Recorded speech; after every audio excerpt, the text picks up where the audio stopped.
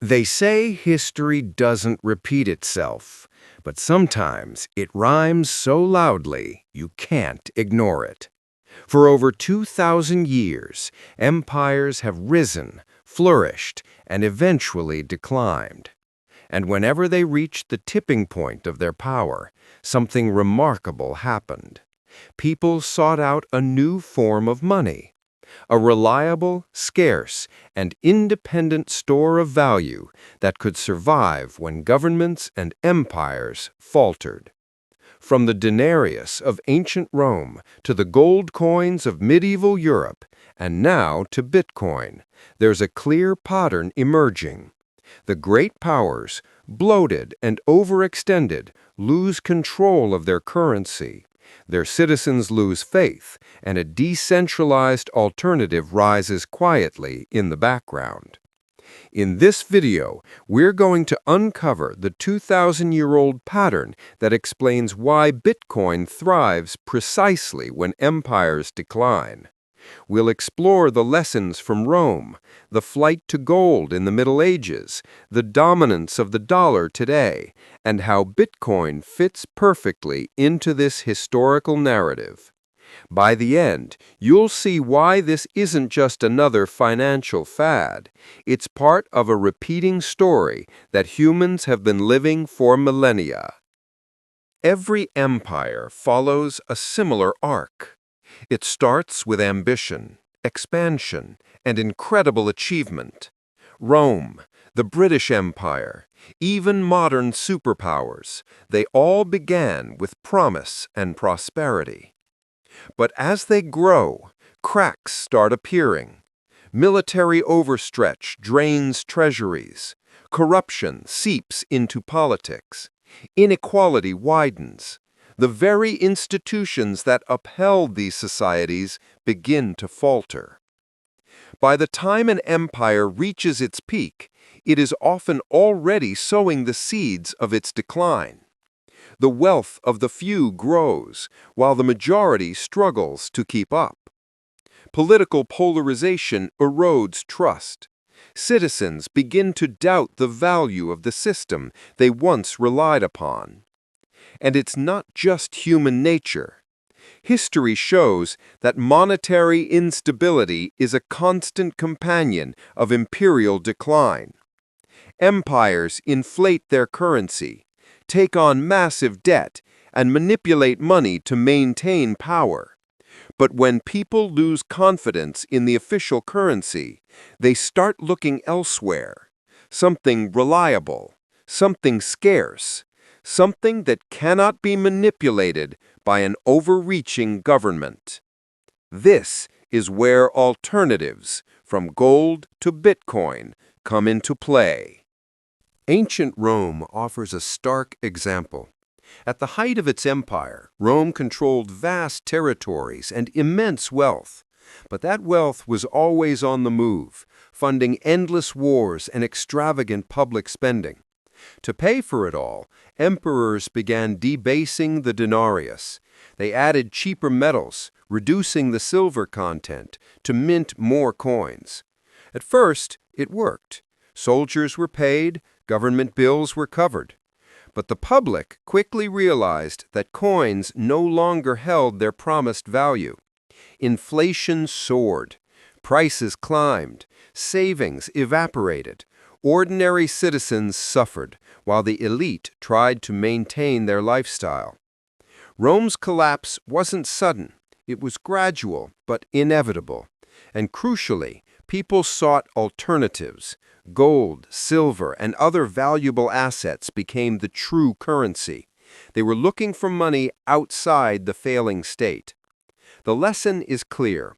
When empires inflate their money and citizens lose trust, they turn to alternatives that promise stability, scarcity, and freedom from government manipulation.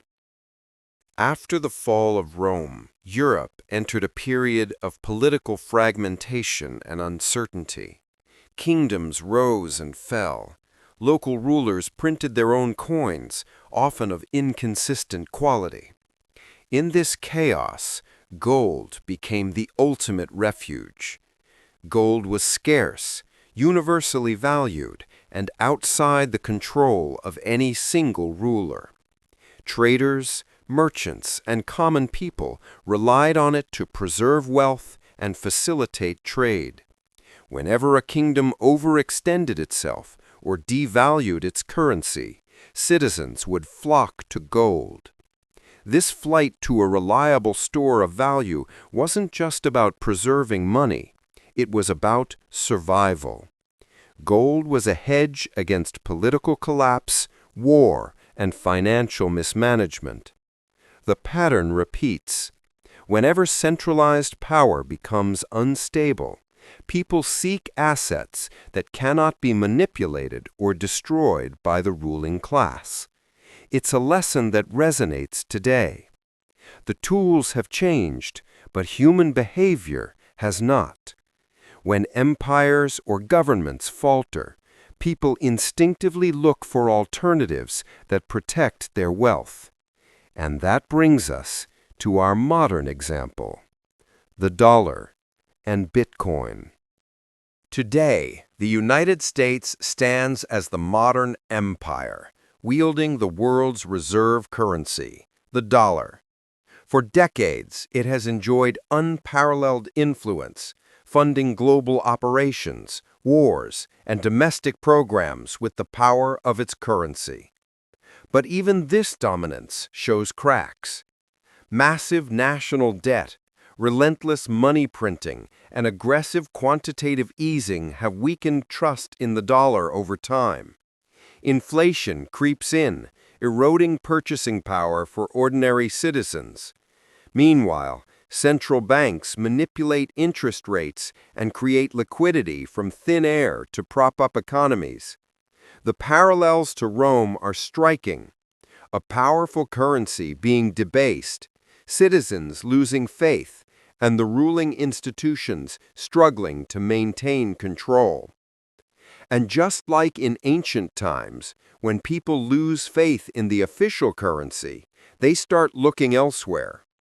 Gold still plays a role, but in a digital age, Bitcoin emerges as a revolutionary alternative. Scarce, decentralized, and immune to unilateral manipulation, Bitcoin represents a form of money that can thrive even as empires falter. The question is no longer hypothetical.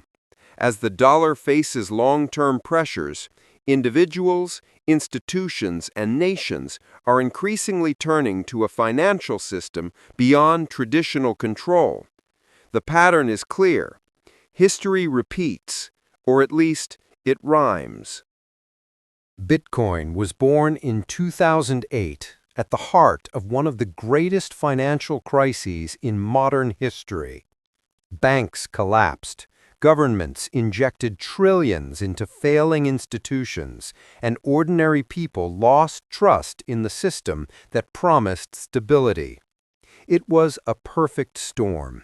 Economic instability, widespread distrust, and a global search for alternatives. Satoshi Nakamoto's white paper introduced a new concept, a decentralized, scarce, and verifiable currency. Unlike the dollar or euro, Bitcoin cannot be inflated at will. Its supply is capped at 21 million coins, ensuring scarcity in a way no government can manipulate. The timing was no accident. Just as citizens in ancient Rome turned to gold when the denarius failed, people in 2008 needed an escape from the crumbling fiat system. Bitcoin was, and still is, a direct response to institutional failure, a modern refuge for wealth, and a hedge against systemic collapse. Since its creation, Bitcoin has steadily grown in adoption and recognition. Corporations, investors, and even nations are beginning to treat it as a legitimate store of value. This isn't speculation. It's a historical pattern repeating itself in a digital form. Bitcoin fits this centuries-old pattern better than any other asset.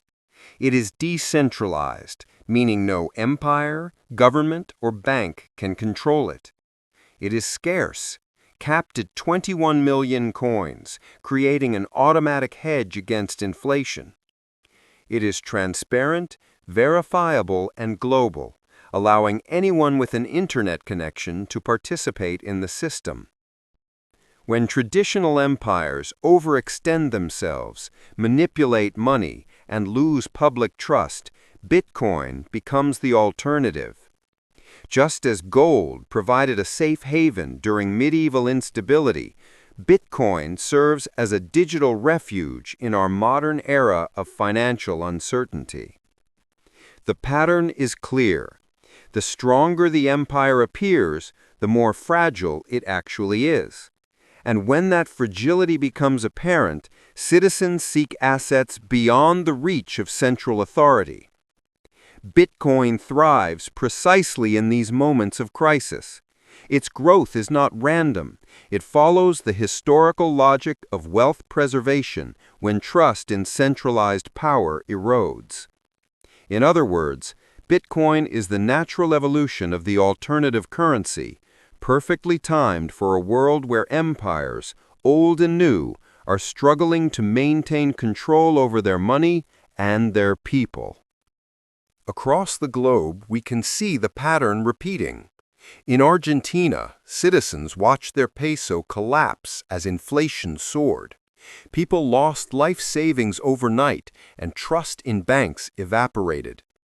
In Turkey, rampant currency devaluation and economic mismanagement pushed citizens toward Bitcoin as a hedge against instability. Venezuela experienced hyperinflation so severe that everyday purchases became impossible, and Bitcoin provided a lifeline to preserve wealth and maintain some economic freedom. These examples are not isolated. They are modern echoes of ancient history. Just as Romans turned to gold and silver when the denarius failed, people today are turning to Bitcoin when fiat currencies crumble. The difference is that Bitcoin is digital, decentralized, and accessible to anyone with an internet connection. It is borderless and censorship-resistant, allowing people to escape the control of failing institutions. The flight from failing systems is a natural human response. Trust in centralized powers erodes, and alternatives that offer stability, scarcity, and freedom rise to fill the gap. Bitcoin thrives in this environment, growing not because of hype, but because it solves a fundamental problem: preserving value when the empire falters. Empires rely on control over borders, over resources, and especially over money. But when that control weakens, cracks appear. Centralized authorities can print more money, impose capital controls, or manipulate interest rates, but they cannot stop people from seeking alternatives. That's where Bitcoin enters the stage. Unlike traditional currency, Bitcoin cannot be inflated at will. It is decentralized and predictable. Its scarcity is coded into its protocol. Governments may try to regulate it, but they cannot destroy its network. In times of economic stress, this makes Bitcoin uniquely resilient. The historical parallels are undeniable. Rome debased its currency. Citizens fled to gold. Modern empires print endless money. Citizens flee to Bitcoin. The rules haven't changed. Human behavior remains constant. When institutions fail, people naturally seek assets beyond centralized control. Bitcoin challenges the very foundation of empire economics. It reduces the state's ability to monopolize money, empowers individuals, and creates a transparent system that cannot be manipulated or censored. In other words, it thrives precisely because empires are at their most vulnerable during decline. What happens when millions of people decide that Bitcoin, not the dollar or euro, is their preferred store of value? The network effect kicks in. The more users adopt it, the more valuable and secure it becomes. The less dependent people are on failing institutions, the weaker the empire's monetary control becomes. This is not hypothetical. Companies are holding Bitcoin on their balance sheets. Some nations are exploring Bitcoin as legal tender. Individual citizens, especially in unstable economies, are increasingly using it to preserve wealth. Each adoption adds resilience to the network and reduces reliance on fragile state-controlled money. When enough people switch, a silent economic revolution occurs. The empire's power over currency diminishes. A parallel financial system emerges, one that cannot be easily destroyed or manipulated. This is not just speculation, it is a modern reflection of the same patterns seen across millennia. Bitcoin thrives when trust in traditional systems collapses, and as more people recognize its scarcity, security, and independence, the empire's monetary dominance continues to erode. History shows us that once a critical mass embraces alternatives, the old order struggles to maintain relevance. The ultimate question is, will Bitcoin replace empires, or will it render them irrelevant? Unlike Rome or the dollar, Bitcoin does not require armies or borders. Its power lies in mathematics, code, and consensus. It transcends politics, geography, and centralized control. Empires thrive on monopoly, but Bitcoin thrives on freedom. When traditional powers weaken, Bitcoin offers a new framework for wealth and trust, a system built to endure beyond the rise and fall of empires. The historical pattern is clear. Whenever centralized powers falter, people seek alternatives that cannot be corrupted or inflated. Looking ahead, Bitcoin does not seek to dominate, it seeks to empower. It provides financial sovereignty, privacy, and stability in a world of uncertainty. For those willing to learn from history, it offers a chance to preserve wealth and participate in a global system beyond the limitations of empires. The story of Bitcoin is not just about money. It is about freedom, resilience, and the enduring human instinct to protect what we value most, even as great powers crumble around us. History has a way of repeating itself, or at least rhyming. From Rome to the Middle Ages, from the dollar to the digital age, the pattern is unmistakable. Empires rise, they overextend, their currencies falter, and people seek alternatives. Bitcoin is the latest chapter in this 2,000-year-old story. It thrives when empires weaken, when centralized control fails, and when ordinary people demand a safe, scarce, and independent store of value. Unlike gold, it is global, digital, and resilient. Unlike fiat, it cannot be manipulated or inflated at will. The lesson is clear. History is not just a story of the past. It is a guide for the present and future. By understanding the patterns, we can recognize opportunities, protect wealth, and even participate in shaping a world where freedom and trust endure long after empires fade.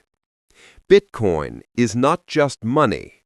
It is the reflection of a timeless human instinct to seek stability, scarcity, and control in the face of empire decline.